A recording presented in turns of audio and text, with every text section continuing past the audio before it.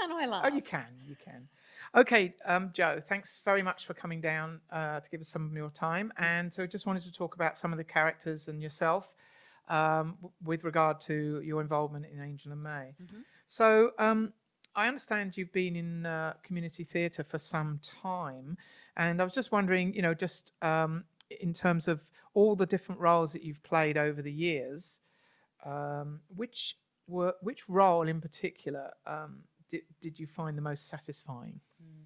I've been in community theatre for about 40 years, and probably out of all the roles I've played, Hyacinth Bucket or Bouquet, as she's known, was probably the one I enjoyed the most. She's such a larger than life character. Um, so, yeah, I had lots of fun doing that one. Were there skills or roles that you felt you could sort of transfer from your theatrical experience, and particularly, sort of relating them back to the characters that you were actually playing in Angel and May? Yeah, look, accents in particular. A lot of the roles I've done over the years have had different sorts of accents, and also when you actually go for auditions, you do cold reads, and sort of you've got to be up there, bring life to a character that you've actually never seen before. And so you've got to have no shame when you do it. You've just got to get out there and do the best you can, and those skills have really helped with this. And you've been, I think, I'm trying to remember, but I think you were involved in the series from about episode 5 when the Rudi character first appeared. And obviously, we're still very much learning about how we were going to do this at that stage. Uh, and so, when this thing came out of the blue, what did you think when you were first asked to contribute? Mm. Initially, I was a little bit reluctant. I wasn't doing anything at the time, so I thought, yep, why not give it a go? I wondered what it was all about. But look, I came along, everybody was lovely, I really enjoyed it. It's a fascinating process. And yeah, it's been getting better and better as we've gone along.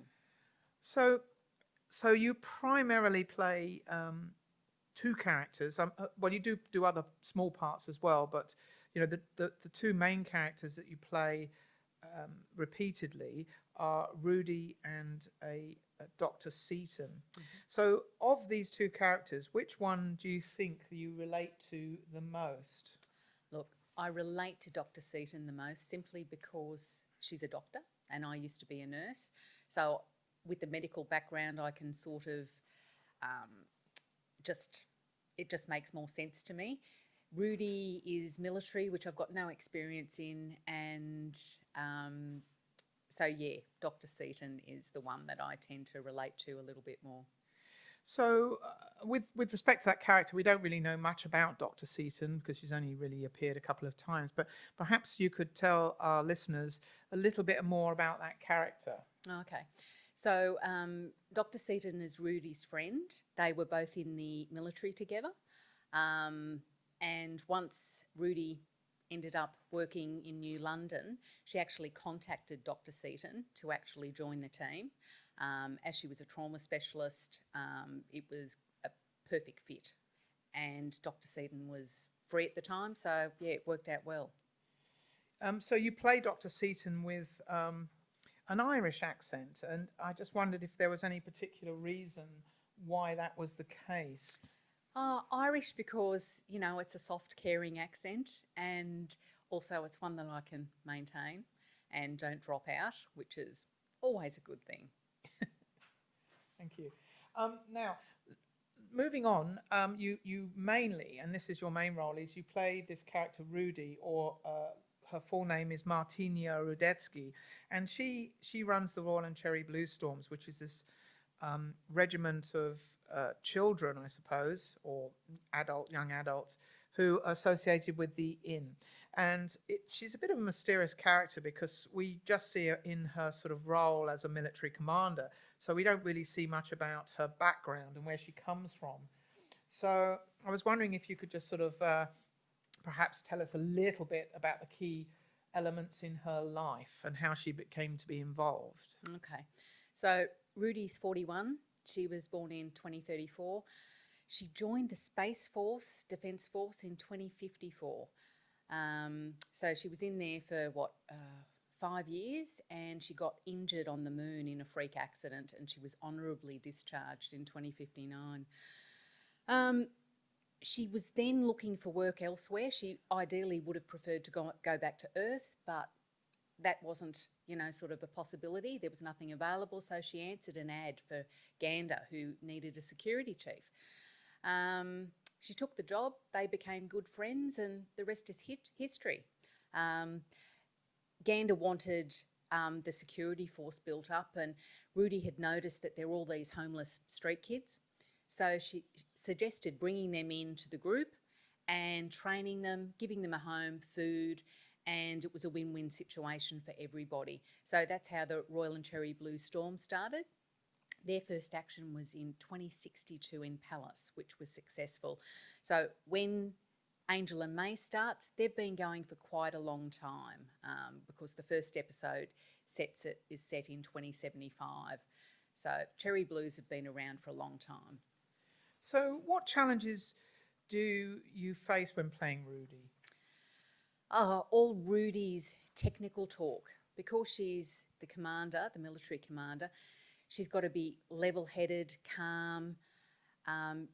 She can't express a lot of emotion because it's not suitable for her character. She needs to stay focused and be strong for all her troops.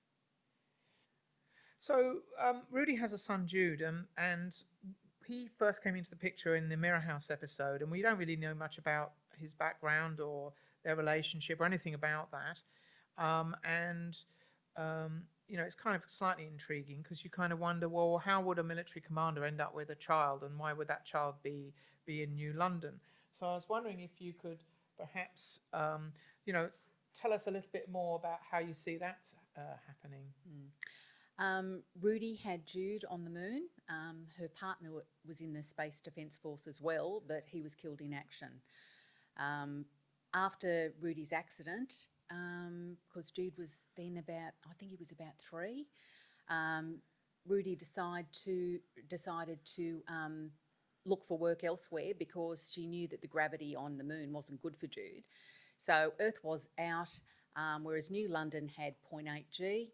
So she jumped at the chance to actually have Jude in a much better environment for him. So, yeah, that's how they ended up in New London. And, yeah, they've been there for history. years. Yeah. So we're currently in the process of writing season 3, and I was sort of kind of wondering, what developments would you like to see relating particularly to your characters? Mainly Rudi. Rudi always seems to be talking technical talk. I'd like to see more of her personal life and relationships with Gander, Angel and May to be explored, because there really has to be more to her life than what we've seen so far. Because she has to be more than a military commander. There has to be more there. Well, that's a good point, actually, and it sort of spurs me on to thinking about trying to get some stories which would highlight more about Rudi. She's one of the principal characters which we really don't know too much about. So let's see what happens going forward, really. I can think of lots of different ways we can do that. But anyway, look, thanks very much, Joanne, for your time. Appreciate it. Thank you. Yeah, I know these things can be a little bit stressy. But anyway, and we look forward to hearing you in season 3 of Angel and May, which will probably come out middle of next year. Thank you very much.